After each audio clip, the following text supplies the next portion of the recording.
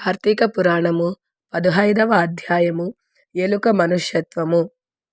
ఓ జనక మహారాజా, కార్తీక మహత్యమును ఎంత చెప్పినను శాంతం కాదు. ఇంకనూ కొన్ని విషయాలు చెప్పాలి, వినుము.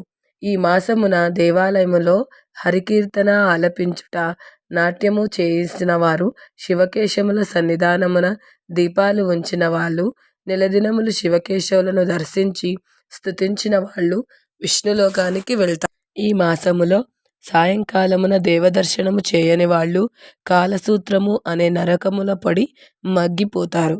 కార్తీక శుద్ధ ద్వాదశి హరి ప్రబోధుని యగుట. ఆనాడు ఎంత పుణ్యము చేసినా అది అక్షయమగును.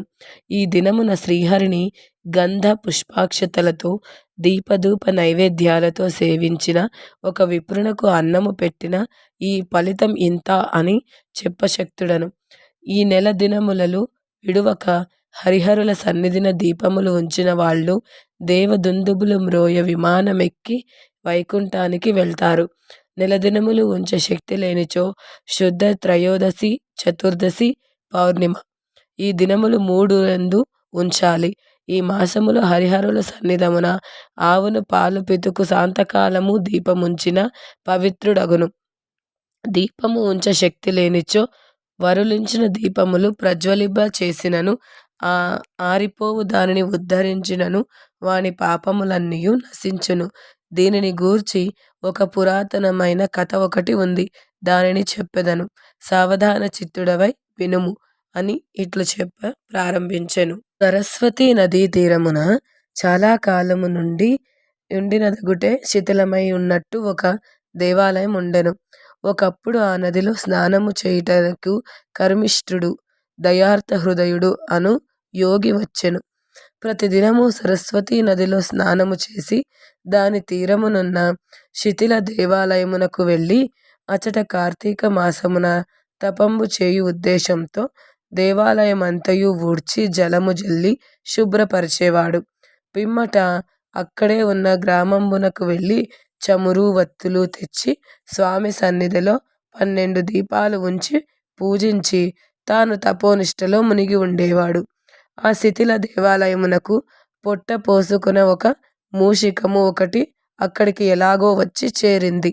యోగి సమాధిలో ఉండగా శాంతముగా ఆ ప్రదేశములో నాకు ఏదైనా ఆహారం దొరుకుతుందేమో అని మూషికం వచ్చి వెదికి అచట ఆహార పదార్థమేమీ దానికి లభించలేదు.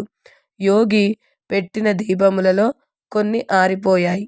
అందునొక ప్రమిదలో ఆరిపోయున్న వత్తిని చూసి తినుబండారమని భ్రమించి దానిని నోట కరుచుకొని వేరొక దీపము వెలుగు ప్రమిదలోకి వత్తిని చేర్చింది.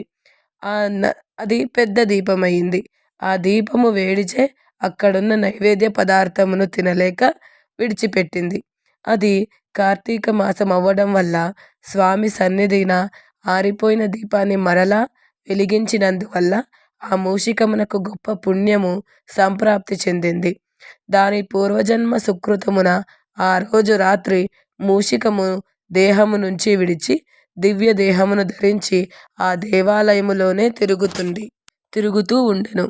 ఇంతలో ఆ యోగి సమాధి నుండి లేచి దివ్యదేహధారియగు ఆ పురుషుని చూసి, ఓయి, నువ్వు ఎవరు? ఇచట ఎందుకు తిరుగుతున్నావు అని అడిగెను. అంత అతడు, మహాముని, నేను గత రాత్రి వరకు ఒక ఎలుకగా ఉంటిని. చిరకాలము నుండి ఈ ఆలయమందే ఉంటి. ఈరోజెందుకో నాకు ఆ రూపము పోయి ఈ మానవ రూపం ప్రాప్తించింది.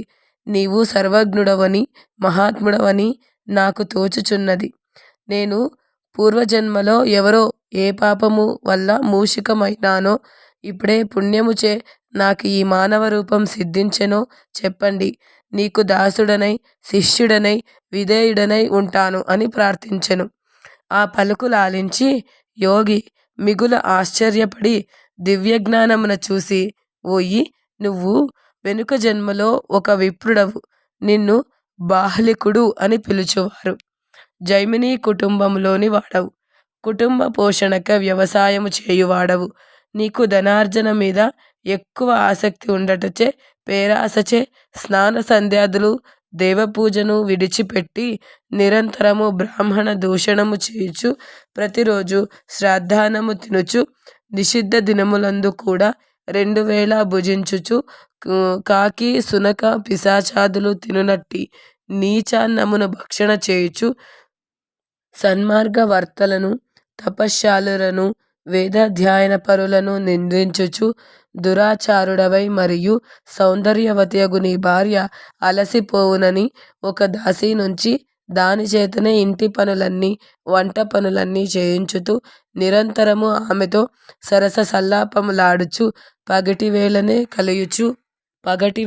కలియుచు బిడ్డలకు ఆమెకు నీవే సేవ చేయువాడవు. కన్య కనుకొని అమ్మువాడవు. దధి క్షీర ఘృతములు చౌకగా కొని హెచ్చు వెలకమ్మి పెక్కుదనమార్జించిని దానిని భూమిలో పాతిపెట్టి ఇట్లు జీవించితివి. తరువాత మరణించితివి. ఆ కర్మవశంబున మూషిక జన్మం ఎత్తితివి. ఈ జన్మమున దేవాలయముననే ఉండి దేవునకు పెట్టిన దీపములో చమురు ద్రావుచు దేవద్రవ్యాపహారివైతివి. పూజా ద్రవ్యములను పాడు చేసి దుష్కర్ముడవైతివి. ఇన్ని పాపాలు చేసిన తర్వాత రాత్రి నేనున్న దీపములో ఆరిపోయిన దీపము వత్తిని కలిపి వెలిగించి చేసితివి. కావున నీకా నీచ జన్మ పోయి దివ్య దేహమును దాల్చితివి. ఇంతటి నుండి భక్తితో భగవంతుని ధ్యానించు చుంటివేని నీకు వైకుంఠవాసము సిద్ధించును. ఇది స్కాంద పురాణమందలి కార్తీక మహత్యమున 15వ అధ్యాయము.